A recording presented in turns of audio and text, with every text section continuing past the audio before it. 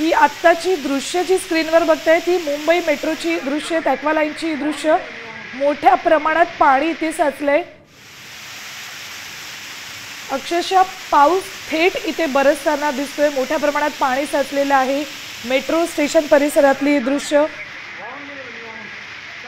पाऊस इथेच या स्टेशनवरच प्लॅटफॉर्मवर कोसळतोय असं काहीच दृश्य आहे।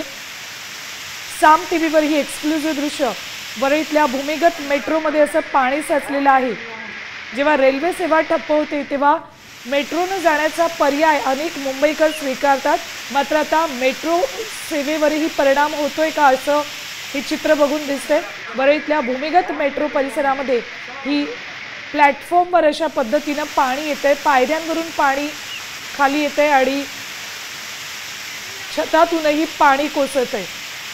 यामुळे मेट्रोच्या कामाच्या दर्जावर प्रश्नचिन्ह उपस्थित झालेलं आहे। थेट जाऊयात आमचे प्रतिनिधी सूरज मसूरकर यांच्याकडे। सूरज, काय म्हणावं हे दृश्य बघून? इतक्या मोठ्या प्रमाणात ही पाण्याची गळती इथे होती।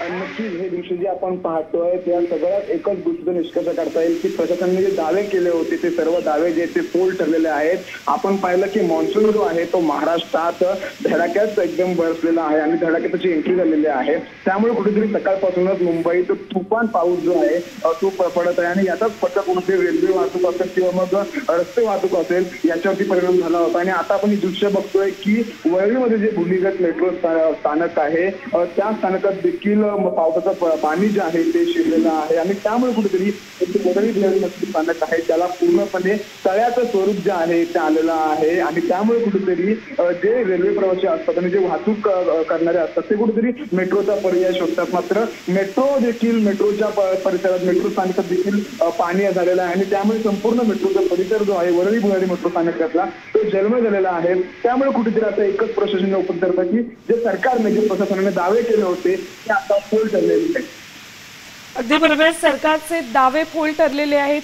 ॲक्वालाईन मेट्रो सुरू करण्यापूर्वी गाजावाजा करण्यात आला होता, मात्र कामाचा दर्जा किती निकृष्ट आहे हे या दृश्यांमधून स्पष्ट दिसतंय। ही दृश्य सध्या तुम्ही साम टीव्हीवर जी बघताय ती वरळीतल्या भूमिगत मेट्रो स्टेशनची आहेत।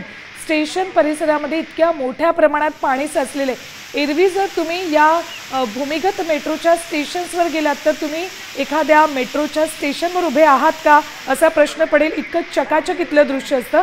मात्र पावसाळ्यामध्ये पहिल्याच पावसामध्ये हे दृश्य पूर्णतः पालटलेलं आहे। हिंदमाता परिसर किंवा दादर टीटी परिसरात जसं पाणी साचतं, king circle, Sion, Gandhi market परिसरात जसं पाणी साचतं, तशी दृश्य आता या भूमिगत मेट्रोच्या स्टेशनवर झालेली दिसत आहेत। काय दर्जाचं हे काम आहे यावरून स्पष्ट दिसतंय। खरं तर सरकारनं मोठा गाजावाजा करत या मेट्रोनं मुंबईकरांना किती फायदा होईल हे सांगितलेलं, मात्र या दृश्यांमधून दिसते काय परिस्थिती। पुन्हा जाऊयात आमचे प्रतिनिधी सूरज मसूरकर यांच्याकडे। सूरज, खरं तर राज्य सरकारला आता धारेवर धरणं गरजेचं आहे। रेल्वे सेवा ठप्प झाली, अशात मेट्रोनं जाणारे मुंबईकर आता मेट्रोनं सुद्धा जाऊ शकणार नाहीयेत।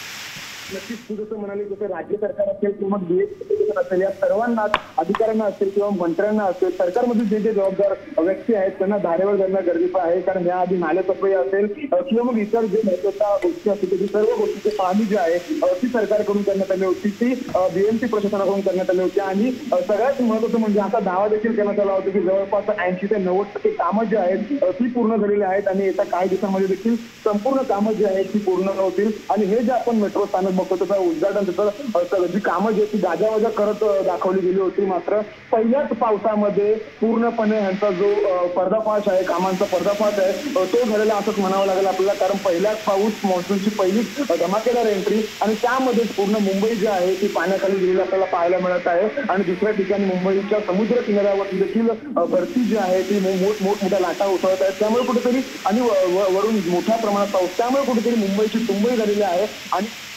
ठीक, धन्यवाद सूरज या संपूर्ण माहितीसाठी। तर